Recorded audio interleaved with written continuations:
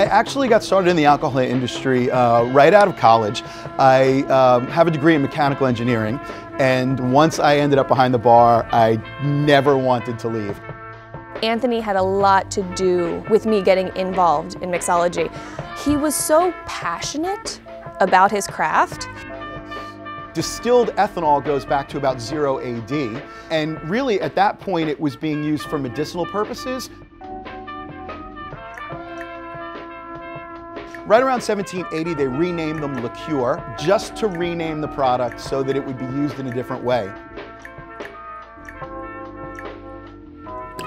The history and the reasoning behind why we're making the choices that we make, then you can use those techniques properly and you can leave that fear of doing something wrong aside, and then that really allows you to elevate your game as a bartender. I always thought bartenders were cool. You know, they stand behind the bar and they just like know what's going on, and you look up to them because it's something that the normal everyday person can't do. So a mixologist would be the person developing the drink recipes, and the bartender would be the one serving them. And in a lot of bars, they're the same person. A lot of people will go up to a bartender and just be like, make me whatever you want, which is a scary question for a bartender. But if you come across a mixologist, take advantage of it.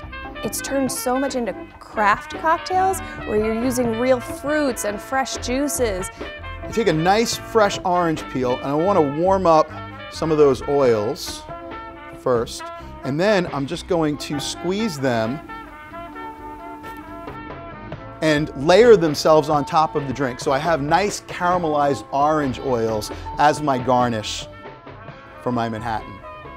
So he'll create a drink, and which might taste perfect to him, but I can offer the opposite opinion. They might be interested in maybe a little sweeter, you know, maybe a little smokier. So it's good to have the different tastes when creating cocktails. Let's face it, everybody wants a drink that they can say, this is my drink. My signature drink is a rusty nail. He can make anyone like this drink because of how he tailors it to each person's tastes.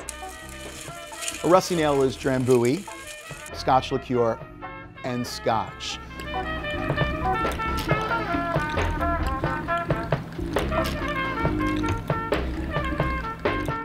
What I want people to take away when learning about mixology is that you need to try new things. People get too focused on thinking that what we're serving is in the glass, and it's not. What we're serving is everything outside of the glass. And it's the decor, it's the attitude of the staff, it's the knowledge that they provide, and it's the interaction first and foremost.